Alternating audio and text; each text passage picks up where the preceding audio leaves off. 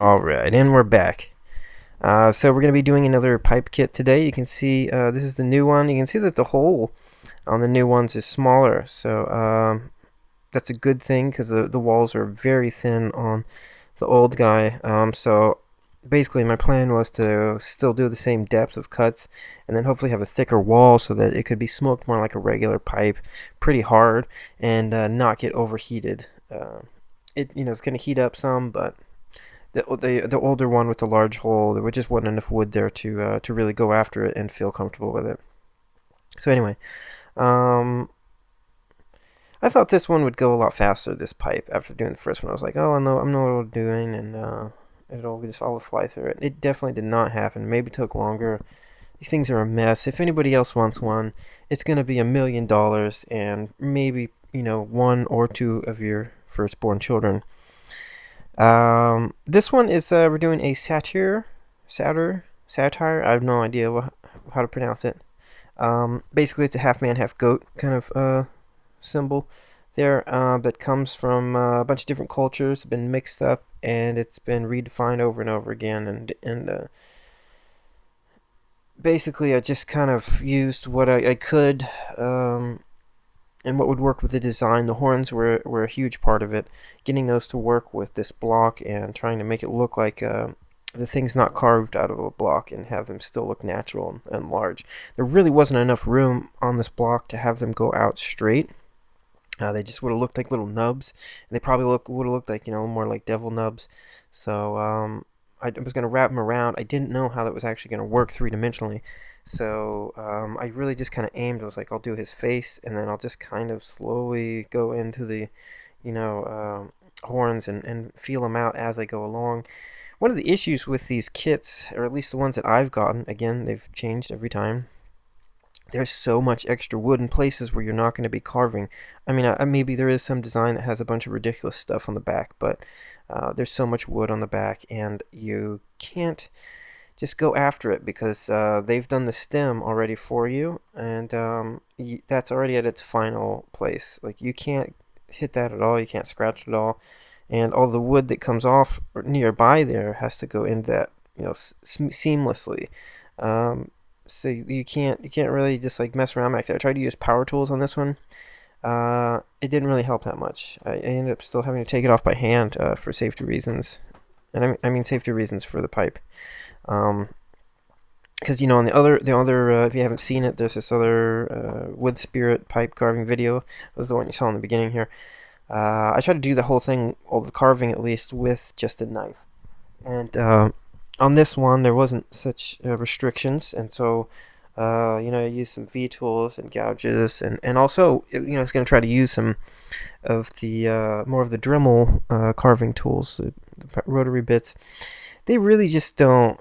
It's not a good idea. This is just too small, and it ended up making it way more mushy. Such a huge part of carving is your process and how you get stuff out. It's one of the reasons why I like to teach the corner faces so much, because it helps you kind of get the steps in there and your mind to keep track of what's going on three-dimensionally. Anyway, you'll see me mess around with the Dremel stuff a little bit.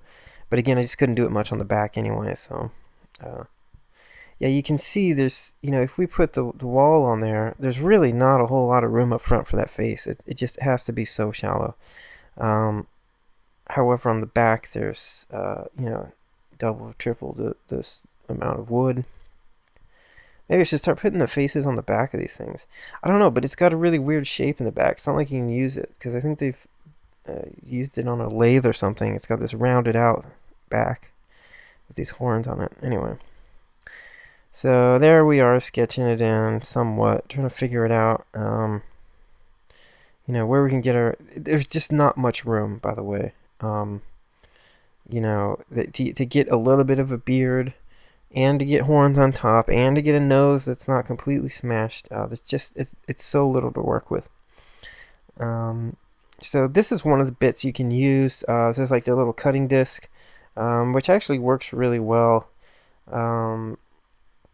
It's kind of these, and then there's the carbide bits, which are basically just little spiky things. They're kind of the shaped little bits, which are also, if you have all the money, if you're into power carving, you might have some of the larger rotary tools, and those bits. I'm not sure if they'd help you a whole lot more. In fact, I think it'd just be more and more problems. So big downvote to the power tools on this tiny precise work here. And you'll kind of see what I do here. With the cuts that I make with these are, some of it's just taking off some of the corners, and then some of it's kind of, if you've watched my other videos where I kind of start where I go define the nose and get the brow line out, and around the nose to kind of get out where the eyes are going to be, and underneath the nose where the thing's going to be. But these things don't spin quite as fast, and so they're just not very precise, and they also burn the wood, so it kind of ended up making a bit of a mess. And so unfortunately, again, it's another pipe making video where you just can't see real specifically what's going on.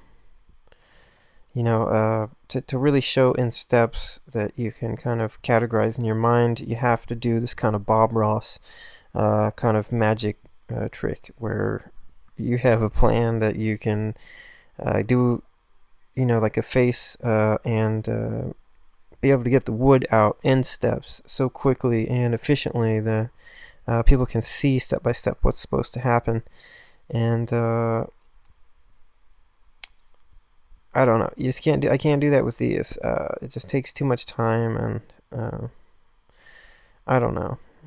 It's just I feel bad about it because it's one of the reasons why I got into making wood carving videos. Is that they're just, besides there not being decent quality ones of showing you how to do stuff, is everybody would have these, be like, master carver, whoever, and it would show them, they'd have video tape of them working for like, maybe a minute or two in the middle of some piece that they had spent 50 hours on, and it's basically already done, and they're just basically looking at it and kind of taking off a little tiny bit here and there, and it's like, oh wow, you don't learn anything. So I feel bad putting out these videos where it's just these kind of shots of where you kind of feel like you see it happening, but not really. I don't know. But again, as I've brought up in the past, a lot of times this is how you're going to be working. You're going to be taking off a little bit here and a little bit there. And again, so I'd suggest, looking at other, whether it's books or other videos where it's more simple, and look at each step and then, focus on that. Try to do that part of it, the nose, the brow, and it's just because, especially with wood like this and how small it is, it's just going to take some time. So I would really suggest trying to compartmentalize the carvings and just have patience with it. Yeah, one thing is that the wood is so hard that you're going to have to make tiny, tiny little cuts. And the other thing is that it's so small, there's no room for error. And there's also the kind of psychological, you can't really, you don't want to screw up. It's not like it's a piece of basswood. You've got your much more expensive pipe kit, and you're spending millions of hours on it, so whatever. So yeah, this is basically how the process went, and you can see that I'm kind of getting out this, kind of using the corner of this little cylindrical bit. And a lot like the last one, I was also kind of a little bit timid to go down to where my final cuts would be. Just kind of taking off a little bit to shape out the face, and then later, I can go back and kind of, if I need to, I can move some features over or redefine them a little better. So when you're making a face on a block like this, a lot of wood's going to come off of the back, as we discussed, but also on the bottom. All that has to be rounded out, like where the jaw is going to be. We don't want these guys to look like Frankenstein for the most part, so they need to come down a lot. And I don't really do that all at once, again, because just kind of play it by ear and slowly take down pieces. And here you can see I'm starting to get the brow line in, and I really didn't know what I was going to do about getting the horns in, and then I was going to have these space in between the horns where there's going to be hair, and this was an issue with the last one, is that I didn't know, because you have the top of the pipe right there, do you put a little bit of hair there? And because if you don't put any hair, it might look funny. It's going to look maybe like they're bald, or like it's like the top of their head's been cut off or something. I don't know. So it's very strange to put in a little tiny bit of hair, and it has to work with the design. So luckily this kind of worked out okay. I guess I also didn't know in the beginning. I wanted to do a curly hair for him. Maybe not like curly, but not completely straight. I wanted to have a little more wavy. And especially for that little forehead part, I just had no idea how to really attack that, and how to blend it into the top. Because I guess you need to make a decision for the top of the pipe. Is, do you have that part flat, or do you have the design continue on over into the inside of the barrel? You can see here it looks kind of like I'm shaving his face. It's kind of funny. Kind of getting that jaw down a little bit. Alright, so let's... Okay, no, we're not going to edit, because really this is about as you're going to see on really what happened with how this guy got carved and planned out. Because once I get inside, it's just like, basically I film a little bit every however many hours, because I just like the last one, I can't sit and film the entire process, and part of that is there's memory problems, with camera and everything. I still, with this one, I had something like 40 gigs of footage, and it's just a mess, and it's a mess to edit it, and then to render the movie, it takes even more. And besides that, though, even with using whatever tools, it's so small that I need to sit there and get in a weird position and really focus and concentrate, and that's not what I do when I have the camera out. So, yeah, sorry about that. Anyway. So I guess, I don't know. I kind of gave a thumbs down to doing this stuff. It did kind of work out, as you can see, somewhat. But it's dangerous, I mean, if it goes a little bit in the wrong way, you're going to be pretty upset. So, yeah, I'm not really sure how much faster it is than just using a knife. And, well, along with the... I think I did it in the last video, but I use an alcohol water solution to help you along with this wood, because it's so hard. I mean, you do that with basswood so it doesn't tear out, but in a wood like this, it'll help you. And you can see there, kind of barely, he looks like a mess. But you can see in the shadows that he's starting to take form there. Look how much wood there is on the side and the back. It's ridiculous. And hardly took anything off. Alrighty, so there we have the two together again. And you see how much wood we have to go to get off of there. So, we have some new toys for this. Look at these new knives. These are some beauties right here. Some new ones from Deep Woods Ventures. They should be up on his site now. They look the same. One of them's straight, and one's an upswept. They look so similar that I've definitely put my thumb on the wrong side a few times. Yeah, this is an upswept. And if you ever need to sharpen or strop one, you just tilt it like that while you run along, and that will match up with getting that bevel all along there, alright? Or you can rock it back and forth like that if you feel so inclined to do that. And same thing with the other side. Alright, yeah, these are really beautiful little tools here. They're a bit more, I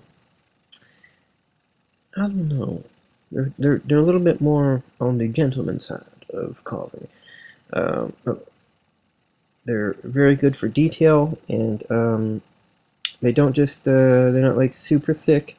They have like enough base so that they won't give in to the wood, but they just have this very fine edge along them. I really enjoy them. They're my favorite knives ever, pretty much. I was telling Paul from Deepwoods, they remind me of some of my favorite old vintage knives that were made by the Germans before World War II, when they were really in their prime. And yeah, the old F. Herder knives. They had some of the coolest maker marks too. But anyway, they would just they would have this perfect like kind of the spine thickness on the base of the knife, and then it would slowly go thinner and thinner as it went on, and it would just match the sweep of the knife so perfect. And these are just about like that. And these are you know, as far as a straight-handled wood carving knife, I mean, I don't know. I'm really proud of them for making those. I'm really excited about those, and they're definitely my favorite knives, you know. So this is what's going on. I put down some alcohol stuff there. I got my V-tool, and I'm starting to dig around on this thing and slowly get some little pieces off. After I kind of got all the burnt stuff off, you can see kind of what a mushy mess it is. But I know what's going on. No, I really don't, actually. And that's, again, one of the problems with kind of going, you know, doing a little bit here and a little bit there. And when you get to a point like that in a carving, you really need to look at it and try to get some definition in there. In a few points, so that your brain can start to remap what's going to happen and project whatever it is you're trying to carve on there. So we're kind of putting some beard on this guy. It's a small amount though. There's going to be like some actual body of the facial hair, like maybe around the chin. But there's not going to be like a lot anywhere else. And what I mean by body is that like it's lifting off of the facial structure, which is usually what we're doing, especially with wood spirits. You have a lot of beard body. Is people talking about that? Is it a word? It makes sense. So anyway, we got some more cat problems here. There we go, storm, go. Just remove the tools and let it have whatever. The reason why it happens is because I'm putting clean paper out, which I love, and then have these lamps on, which are really hot. So they're just like dying to go get on there. Alright, so you can see here I've gotten a little bit more down, and I'm trying to get out these horns, trying to figure out what's going on with them. Basically just kind of traced around, like, oh, okay, they're going to round out, you know, around there. And then you see my ears there too. Now, I decided to do the ears down, because like a lot of other artists who do the satyrs, whatever, you know, besides the design being there's so many like variations of it that you can kind of pick whatever you want, and you generally use whatever is going to work best for your design. So it may not even necessarily be in you know, complete I don't know, alignment with the truth or history at some point. You know, they did like a Swedish, not a Swedish, I did a Viking carving, and people are like getting upset that there's a new thing out there that maybe Vikings didn't really wear helmets with horns on them, and they're like super pissed about that. But at a certain point, it's you know, these things are archetypes, they're symbols, and that's the main thing is getting people's brains to recognize what you're doing. Just like when you know, if I'm gonna draw a sexy lady or something, you can be dang sure that reality is the last thing on my mind. It's mostly going to be getting you know, some things to happen inside of the viewer's brain that are maybe not lying, you know, but they're not reality, and that's what art is, and that's the point. So even without art, our brain uses symbols and these triggers that I'm just going to shut up on this. So So you can see he looks really bad, like his horns and stuff, and this little patch of hair in the middle of his head, and his face. Um, I was trying to keep, like, my, cool on all of this stuff. Like, it looks like he's got, like, rollers in his hair, like these old ladies. Like, on the top of his head. It just looks awful, and I really wasn't sure how I was going to get that to work. Um, because you can have him roll back around the side of the head, that's fine. But it's actually, like, where they're actually coming out of the head, like if they're coming out of the front of the forehead, then they have to come out and turn extremely fast to go back around that side. And that's what I was thinking at first needed to happen, but it really wasn't logistically going to happen. So it kind of needed to be cheated so that they were growing actually at an angle out of the kind of side of the forehead. That's not really what happens in nature, though. Horns will grow out, um, you know, in the exact straight out direction. Even though they curve afterwards, they go straight out from wherever they are. So this ended up working out. I mean, it just kind of, I don't know. At some point in there, it started to look okay, basically. Mostly, I just had to take a lot of that front fluff off. I had a lot of balls on the front. Okay. What I meant to say was, the horns were very prominent on the front of the head, and I needed to just take them back so that this kind of came out of the side of the head. That was what I was looking for there. When we talk about a bunch of balls in there. Alright, so you can see his face is coming together, and he's got a bit of a funny face.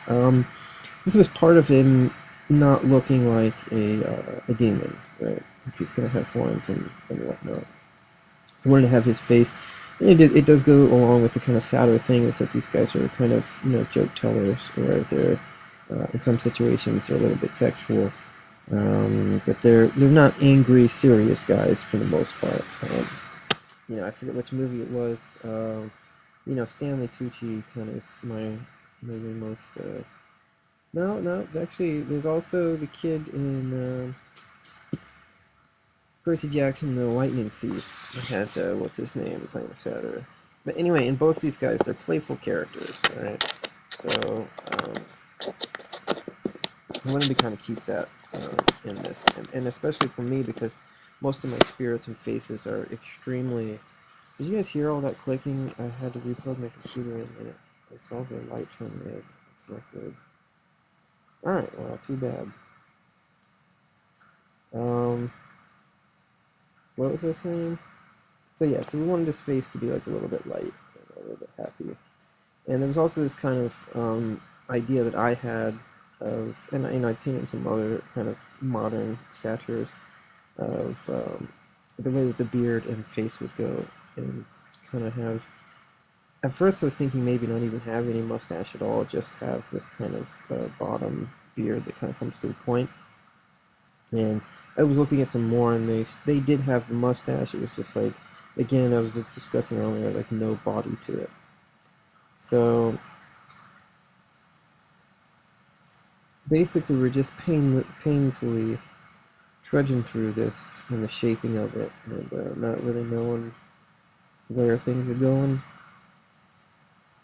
But I don't know. Some of that's also the wood. It's just so dang hard that you can only get these tiny little chunks off, and it's just not very conducive of having like nice, confident lines. I mean, with basswood or whatever, even if you don't know what's going to happen, you can kind of do a nice sweeping cut, and it looks nice. Looks good enough for whatever it is.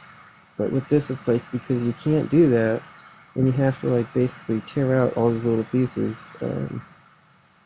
You're just gonna have a bunch of muddy stuff. So you really have to do all the tear outs and slowly smooth that down, and then find some curves in there, and find some sort of confidence in those shapes. And you see how shallow his face is. It doesn't get a lot deeper than that, and there's still not much wood on the front of this. If I have to do more of these, I may talk to these guys about that, and get some more wood on the front of these, so that I can maybe get a little bit more depth. I mean, I wouldn't need much, quarter of an inch, Quarter of an inch is a lot, actually. Like a 16th of an inch would give me so much more on a face this size. And who knows, maybe that would keep from heating up. At the same time, for this to be like an actual usable pipe, this is really on the limit of how large it can be. When you look at a lot of these pipes that are really like the coolest ones online, they're super ridiculously large, and they're kind of just for sitting on your bookshelf or whatever, and that's fine. Maybe if you paid $1 million on your firstborn children, maybe you wouldn't want to actually use it to smoke out of. In which case, why not have a bigger pipe with this ridiculous stuff going on, so that it looks nicer. But with these two that I've made so far, like, you can walk around with them and smoke them, and it's not too ridiculous. Like, at least for our times. I know in the past you could have these huge, Sherlock Holmes pipes. I forget what those ones are called, but you could do like the ridiculously large pipes. Nowadays, it's like you kind of just have to have the little one, and people are already staring at you for smoking a tobacco pipe anyway. So here I'm getting the details out of his ear and behind the horns.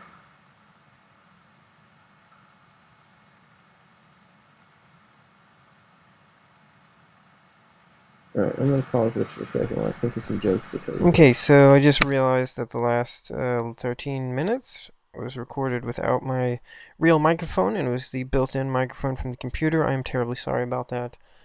I do not love the sound of my own voice enough to go back and record it again, so hope it's okay. So anyway, where are we in this carving anyway? It's taking forever. I feel like it's not even edited. Like, what is going on? It's so boring. Oof. Like, come on, hurry up, guy. Anyway, so you can see that through the edits that things have slowly started to happen, which a large section of all of this was taking out all that backwood. I just can't tell you how painful it is to do all of that stuff. And again, if I ever do one of these again, I may talk to them, and that would be one of the things. And I'd say, you know what, maybe we don't need 3 inches on the back, and you could give me a little bit of wood on the front there. But yeah, because I mean this shaft here is, again, as I was saying before, it's at the final kind of shape and how thick it is.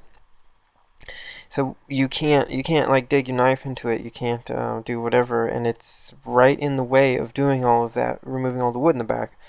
And then after you get all that removed, by the way, it's really hard to make the wood go into that shape perfectly and make it look like it's seamless.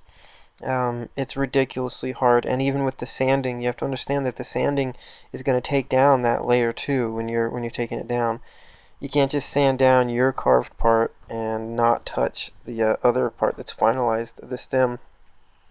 So you basically just get as close as you can and try to only take off, a micro thousandths of an inch when you're sanding that part, and not do too much work on it.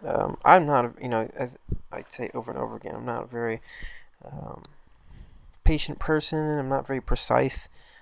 So I guess if I can get it looking decent, you can too. You can do it, people.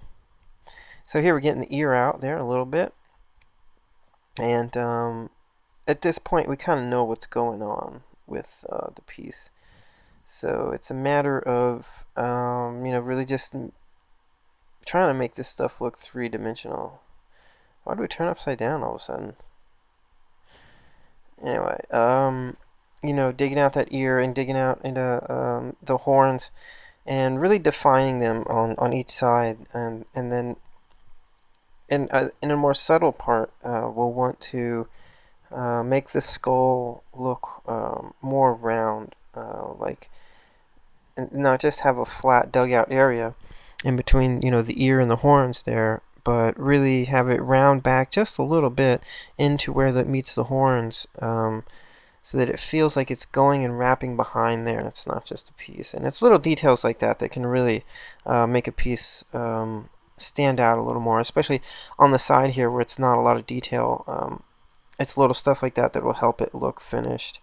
And then also a lot of this on the ears on the horn is making them look very distinguished, making them look in 3D, but while not making them fragile at all, which is basically not letting any parts be free floating, and you basically you just kind of cheat it a little bit. So like basically you just have a slight angle coming off, like say for the ears, because this, like say it's it's going to be a tip of an ear. You're not going to have empty behind there. You basically have wood behind every single part of that, and it's basically wood straight back. So the thing is like a Lego block or something, but so that you just tilt it in just a tiny bit, and that'll give it the illusion of being free floating. I'm not sure if that made sense doing the tilting Lego thing. Never mind. So at this point I'm starting to work on the hair because we wanted it to be a little bit more wavy and curly. I'm going through with a, I don't know, a very deep sweep of a gouge. It's kind of small, and doing some shaping before I go in there with the V-tool. And this kind of makes a shape to the hair, of the body of the hair, that you can't really get with just the V-tool. The problem is, once you start doing that, whether it's on your spirits or whatever, you start doing some hair shape before you go with the V-tool, you're going to be creating like these ins and outs, these little ramps, and when you go in there with the V-tool, you're going to cause these horrible situations where to not tear out with the grain, you can't just sweep with your V-tool. Your V-tool's got to go in one side, and then you got to go in on the other side and meet up with that one, and you got to do that on every single hair, on every single wave. So be easy with how many you do. And there is some ways that you can cheat this. Again, you can have a wave that you can run your V-tool down and still have it be going down with the grain the entire time, and that's basically that it's slanting down a wood grain hill. I need to have illustrations for this stuff, don't I? Don't worry about it. Just mess with it a little bit at a time. You can get away with a little bit of waviness, and not have a bunch of tear outs. But yeah, this did work out pretty well on this guy. The other thing I was messing around with his hair and trying to make it a little bit more wild was I usually will have their hair, it's basically just lines from the front to the back, and on this one I wanted to have it look more like lightning kind of, or veins. There's a lot of places where there's intersections of the hair, and that it's going out and kind of crossing over and going underneath kind of deal, and that also kind of gave it a little bit more of a curly effect. It just kind of looks like brains now at this point, and maybe it does kind of at the end too. But alright, let me go get a drink of water. I'll be right back with you, folks. Okay. Alright, so is anybody still watching with me? So at this point, we're pretty much done. I think that's it. We're gonna call it quits here on the video. Yeah, so working on that hair again. Still, it's just about done. You're lucky I didn't make you watch both sides. Which kind of was an issue throughout the whole thing, by the way. It was getting the horns to be close, and the ears. You'd think it wouldn't matter that much, but it was like very hard to get them to look like they were the same, and not like wonky. And they actually are a little bit wonky, but they look okay now. Anyway, you can see the horns also still look a little bit like Play-Doh, like badly formed Play-Doh rolls, or kind of like maybe cat poop that's fallen on there. And that's something that spent a lot of time just kind of getting those curves right, and besides the curves on them, making them look like they're not cat poop. But Yeah, it was strange how hard it was to get the curves right on those. I don't know why. I guess I could have planned them out beforehand, and maybe I did a little bit, but all that's gone by the time you're at this level of carving. There's no more drawing or mapping left. Um, so there's kind of not just the curve of it, but how evenly it thins out as it goes down. So I also decided on this one, kind of like the last one, where I would leave a part of the pipe where it was like supposed to be maybe a regular, like just a regular pipe. And so I don't do like the hair on the back of it, and I have the horn kind of be the border on where that changes. I think it just adds a nice contrast, and it would just be a little bit too loud on the back with a bunch more hair. This hair worked, but it was in very small little groupings. And if you put it on the back, then where is it going to stop after that? You have it go all the way down the shaft of the thing, and which I guess you could if you wanted to. Although you wouldn't have a lot of wood to work with. Again, this is the other thing about sanding with that shaft is that they put a little brass ring on there. I don't know if it's brass. This one came actually a little bit like messed up. I don't know if it was because it was like they pressed it on there like that, but like you'd see there was a little bit of discoloration on it.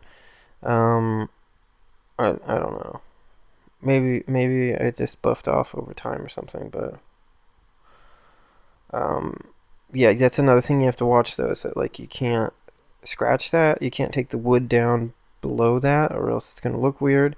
And you also can't actually sand that thing. So your sanding has to stop by the time it gets down to that brass ring on the shaft. It's all very tricky, and on the last one I'd done like left some masking tape over some of that stuff. Maybe it would have been a good idea this time, but things stayed away from most of that.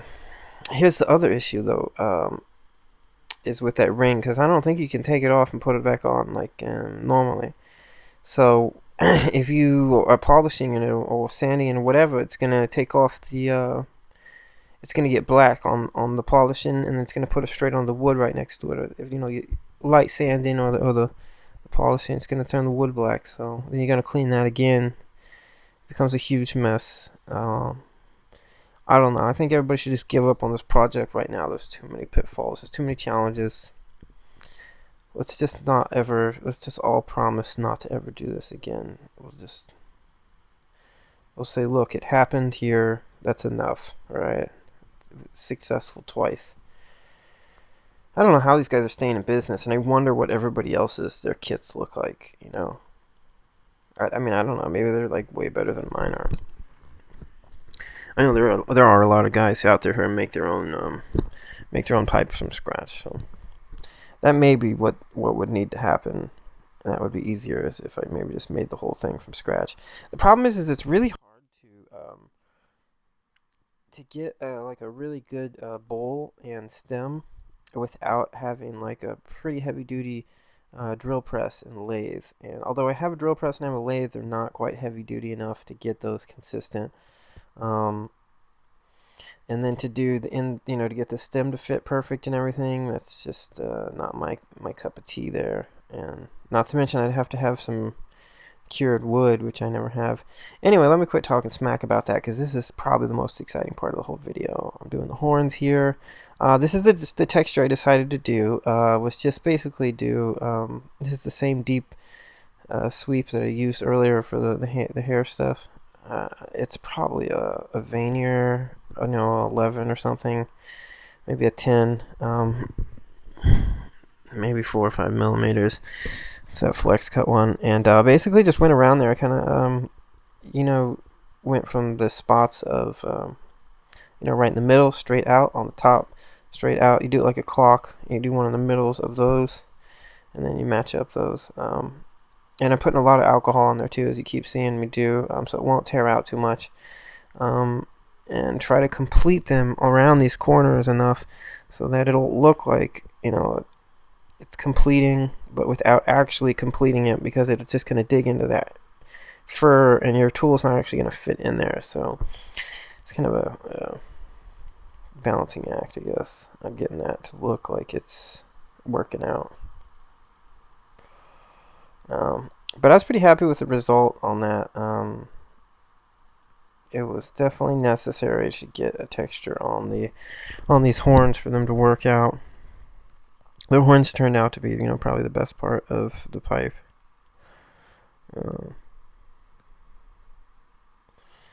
Yeah, you can see, you'll see with these profile shots, you see that the face is barely going in. I hardly carved anything on there. I wish that I could have done more. At the time, I was talking to my buddy who commissioned this piece, and he was telling me that even this one still got warm after smoking heavy bowls, and I was like, alright, I guess I'm glad I didn't go any deeper on this one, but it got me kind of like, yeah, I'm barely scratching the surface to make a face on there, and it's still getting hot, so I don't know how much more wood there needs to be on the front of that thing. Alright, so you can see he's almost done here. We got a little bit of shaping on the bottom of his face to do, but it's coming along pretty well. At this point, we're going to be doing some of his other facial hair and hairness. Just going to get his mustache in there. And then we'll get his kind of beard going in there. I'm not sure who kind of came up with the idea of the pointy chin hair. I guess it's the goatee, right? I mean, and they're half goat, or some of them are half goat. I think some of them are other animals, depending on what culture they came from. But anyway, so we're giving him a very light, mildly curly beard, and just like not a lot of lines or anything in it, and just a little bit of shape. And also, on these, kind of like the last one, the wood takes the detail very well. So you make these very sharp lines, and then you kind of let them be a little bit sharp, because when you go to buff it and kind of clean it up, they'll come down quite a bit. They'll soften up, and a lot of times you want the hair to be more soft than a very detailed V-tool and the hardwood's going to be. I remember reading, I think it's Harold Inlow, I'm not really sure who, was talking about he would use different tools for different types of hair. Like if it was a woman's hair, he would use the not even a V tool, but like more of a rounded shallow sweep, and so forth. As far as how hard you wanted the hair lines to be. It makes sense. So we're getting in a little bit of fur there and there.